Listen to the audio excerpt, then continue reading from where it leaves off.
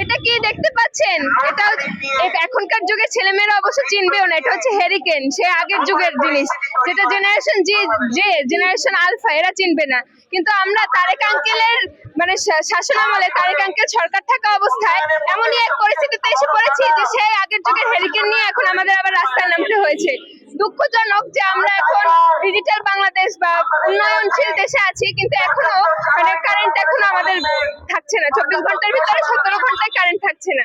আমরা হচ্ছে ঘুমানোর সময় কারেন্টটা চলে যায়, আবার পড়তে বসে তখন কারেন্টটা চলে যায়। মানে হেরিকেন মিছিল আমরা দেখতে পাচ্ছি কয়েকদিন যাবত যে ভুতুরে এক লোডশেডিং হচ্ছে, জনমানবের যে একটা কষ্ট এই ভুতুরে লোডশেডিং এর কারণে এটা আসলে বলার ভাষা প্রকাশ রাখে না।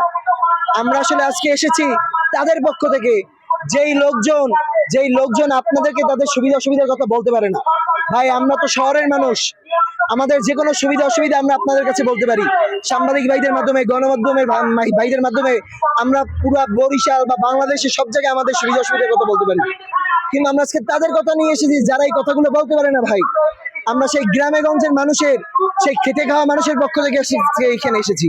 8টি প্রাকৃতিক তেল, ভিটামিন ই ও সি সিরাম সমৃদ্ধ লিলি সিরাম অয়েল চুল করে মজবুত, নিশ্চিত করে হেয়ার গ্রোথ। আমাদের অবশ্যই সর্বক্ষণিক লোডশেড এই যে বিদ্যুতের যে সরবরাহ এটা থাকা খুবই জরুরি ভাই।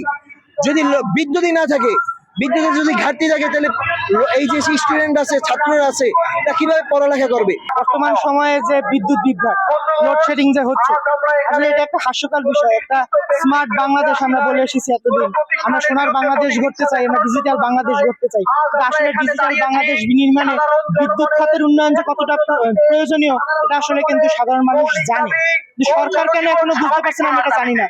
আমরা যদি সরকারি তথ্য যাচাই করে দেখছি যে বাংলাদেশ সরকার বিদ্যুৎ বিভাগ প্রতি বছর মানে এই বছর 33,000 মেগাওয়াটের মতো বিদ্যুৎ উৎপাদন করতে সক্ষম হয়েছে। আসলে বিদ্যুৎগুলোর সুব্যবস্থাপনা হচ্ছে না।